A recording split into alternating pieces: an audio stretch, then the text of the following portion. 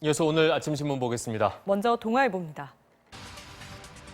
국내 중국인 유학생은 약 7만 명, 지난주 금요일까지 2만 명이 입국했고 앞으로 4만 명 넘게 들어올 것으로 보인다는데요. 이렇게 중국인 유학생이 속속 돌아오고 있지만 대학은 속수무책이라고 합니다.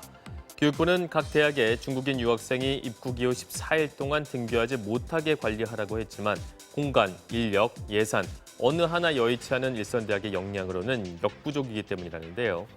실제로 신문을 보면 한 지방대학의 경우 교직원 1명이 300명의 중국 학생을 관리해야 한다고 합니다. 최근 코로나19에 대한 우려와 공포심을 이용해 대목 장사를 하려는 업체들이 판을 치고 있다고 하죠. 실제로 신문이 국내 한 대형 인터넷 쇼핑몰에서 코로나 예방이라는 키워드로 검색한 결과 458개의 상품이 떴다는데요. 그런데 일부 지방자치단체와 의사, 한의사들까지 공포 마케팅에 가세했다고 합니다. 면역력을 높이면 코로나19의 감염을 막을 수 있다면서 한약을 먹어라, 정맥 주사를 맞아라, 공포 마케팅에 열중하고 있다는데요.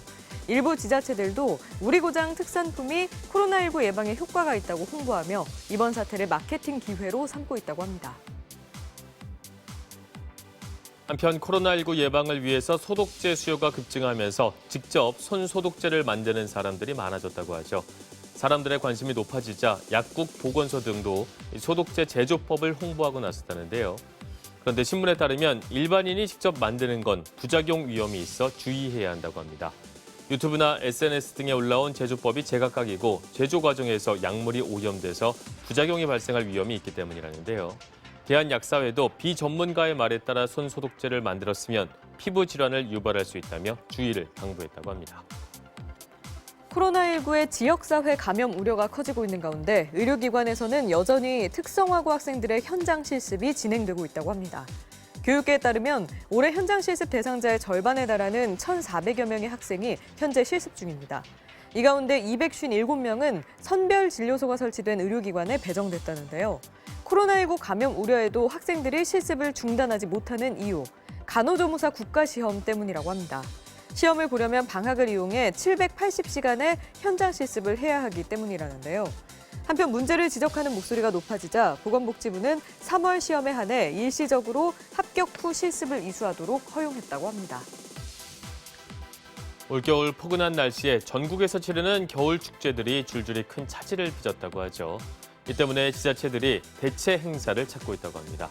이상기온으로 얼음이 얼지 않을 경우를 대비해서 프로그램을 다양화하는 등 대안 마련을 서두르고 있다는데요.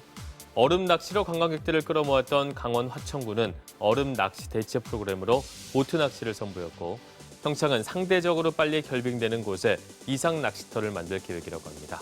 또 홍천강 꽁꽁 축제를 개최하는 홍천군도 내년부터 실내 낚시를 확대하는 방안을 검토 중이라고 합니다. 최근 밀레니얼 세대 사이에서 넥타이, 멜빵 같은 이른바 아재템이 인기를 끌고 있다고 합니다. 레트로 열풍이 불면서 밋밋한 의상에 포인트를 주고자 하는 젊은 층이 패션 아이템으로 적극 활용하고 있다는데요. 이 때문에 넥타이 핀, 컵버스 단추 등 관련 제품군의 매출도 오름세를 보이고 있다고 하네요. 아침 신문 살펴봤습니다.